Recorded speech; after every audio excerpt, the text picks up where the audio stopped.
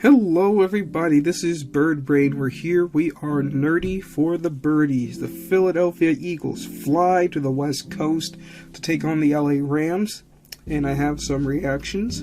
I don't necessarily have five, as I usually do. I just have a few things to talk about, because this was an overall really good game for the team, one of the best they've had this season, and just another win against a pretty solid team in the Rams.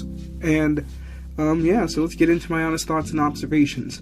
I don't know how you talk about this game without talking about Saquon Barkley. And we talk about him a lot here, but, I mean, this guy, the things that he is doing this year is insane. Like, I think I'm going to go ahead and say this. This has been the most impactful offensive acquisition the Eagles have had ever. Like, AJ was really good his his first year with the Eagles. He was not this good his first year. And that's saying a lot. That's not an insult to AJ, that's praise to Saquon Barkley. Like, when I think about the closest is maybe T.O. in 2004, and this might even be better than that. That just goes to show you how crazy he is. 255 yards rushing. The run game in general is insane. And Saquon had an amazing night. Kenny Gainwell finally found the end zone. He gets a touchdown. I think this is the first week Jalen didn't rush for a touchdown, but it didn't matter. And he had some impactful runs in the game. This offense is so dangerous, because that offensive line that doesn't have Jason Kelce anymore. I mean, when you step back and think about this offensive line that the running backs have to run behind, you know, it doesn't have Jason Kelce.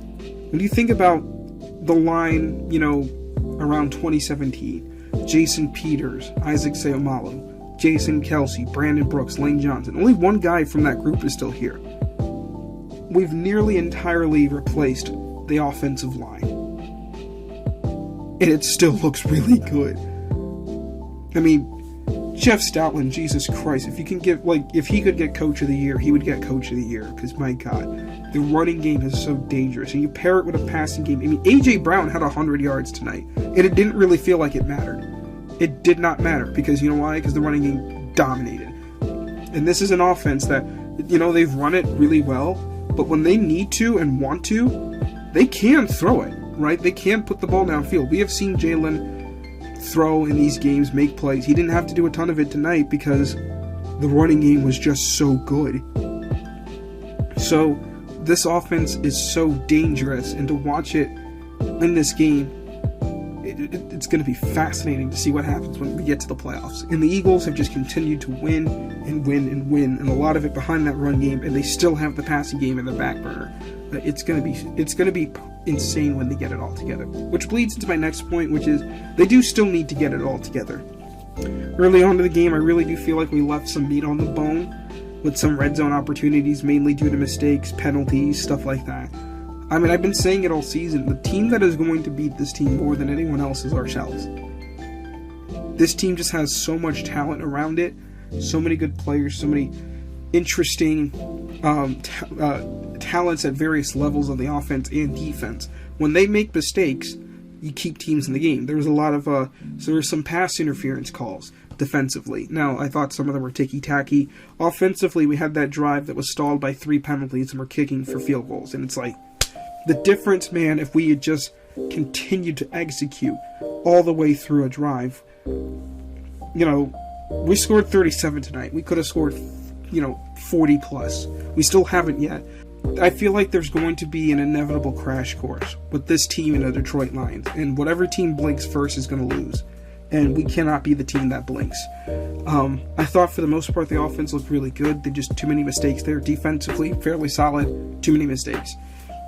Speaking on the defense, the defensive line ravaged the Rams tonight, and it was so fun to watch. And look, the Rams have some injuries, I understand. I'm watching Brandon Graham tonight, and I'm just like, there is no way this guy is 36. I mean, for a large chunk of the night, I thought he had the best performance on that defensive line. He was just blowing up play after play after play.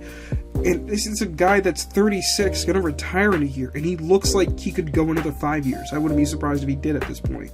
He looks incredible. Milton Williams had, I don't want to call it a breakout night, but he had just a really good performance. 2 sacks. He had some good pressure. And a lot of that was because Jalen Carter was taking double teams all night. And the Rams said, we're not going to let you beat us. And Carter said, fine. I'm just going to... Williams will get you. Someone else will get you. And the other guys, the other edge rushers, Nakobe Dean got a sack on the blitz. Its defense is playing at such a high level. They're getting to the quarterback, they're getting pressure, and it just feels like everything's coming together. Again, they were a little loose against the run this game, I'll be honest. But for the most part, they really held it together. And as a group, this unit is just so fun to watch. Man, I don't really have a lot to say about this game because I feel like I'm saying a lot of the same things positively I've said. I mean, the offense was good, the defense was good, we just made mistakes. I want to briefly go over a sequence that happened at the end of the first half. Right before halftime, the Eagles get the ball back after the Rams punt. They're trying to get into field goal range. They reach a 4th and 7. And they ran a quarterback draw play that got immediately shut down. And I thought that was a very silly play. You know, it's one of those things where I somewhat get the philosophy, because the theory is if Jalen breaks it, he can run, and even if he doesn't get there, he'll kill enough time, but it feels too risky. I feel like in that spot you have one of 3 options. You either A, have Jalen just dance around in the pocket for a bit if he's not under pressure and then have him throw it away. Number 2, you try to get the first down just with a play. Number 3, you go for the Hail Mary. And you also have the option of just simply punting. I would have been fine with any of those 4. They picked probably the worst one, which was just have Jalen run it, which was a very weird decision.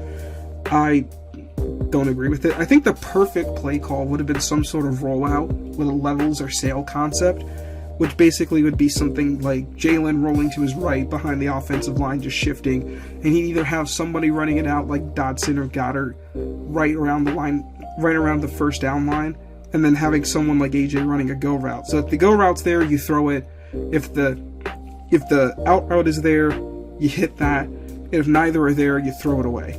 And you just kill clock in the half. It didn't matter because Sweat got the sack, but it was just one of those games where it was a little shaky.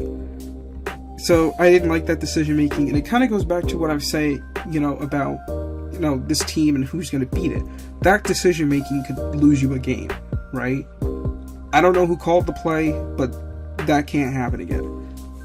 So I only had really 4 observations. I do want to bring up now my player of the game, and I'm going to give a shout out first to Milton Williams, because it would have been him had Saquon not had the night he had. I mean, I don't know how it's not him. Saquon Barkley broke the Eagles franchise record in rushing, his own personal high in rushing, had 300 total yards from scrimmage tonight. He was absolutely insane as a runner. And as a receiver, honestly, because he had some nice catches. He had that big screen pass. He had a nice catch in the red zone. It just goes to show, what value he is as a guy. And you look over at the team in New York that had him before. I'm sure they could use him right now, but that's neither here nor there. Before we wrap up, I'm just going to make the announcement that, obviously this video came out on Monday. The next week's post-game ponder is probably going to come out Monday as well, but it'll be much later. Because I am going to the Eagles-Ravens game. So I will be there. Obviously, it's a 4:25 game. It's about it's like an hour and a half, 2 hours away. So it'll be a bit of a trip. So by the time the game ends, it'll be like 7:30. I'll probably be home, depending on how traffic goes, 9, 10 o'clock. Which at that point, I don't know if I'm going to want to, record at that point. So I'll do the I'll do the post-game ponder afterwards. So if it is delayed, don't worry. It'll be out then. But anyway, it's almost midnight. I'm tired. Had a lot of fun. My voice is a little tired from yelling and cheering all night at my team. The Eagles are flying high, man. And look, it's just us in Detroit, really, in the NFC. The Eagles have a huge lead in the division because the Commanders lost due to that crazy game against the Cowboys. The Giants are bad, the Cowboys are bad, and the Commanders, they're behind us now by 3 games. Technically 2.5, and we have tiebreaker against them right now. We just can't let our foot off the gas because we've been there before. We've been in this situation before. We still have a whole other month left of the season. Let's keep playing strong. Fly, Eagles, fly, everybody. See you around. Man, this sucks. So I have added this part onto the end because obviously when I was recording, players are doing interviews and whatnot, so I can't see it live. But yeah, Brandon Graham's out for the season. It sucks because this was probably his last year, and I complimented him so much in this video.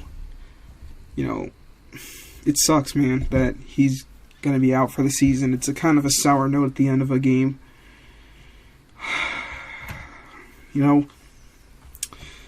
Hopefully, obviously the most important thing is we hope he gets well. And after that, everything else is moot. But yeah. So, unfortunately, I did just see the news. Hopefully he gets better soon, obviously. Him being out for the season, I hope this is not the final game of his career, and if it is, he had a heck of a career. So yeah. But still, as always, fly Eagles fly. See you around, guys.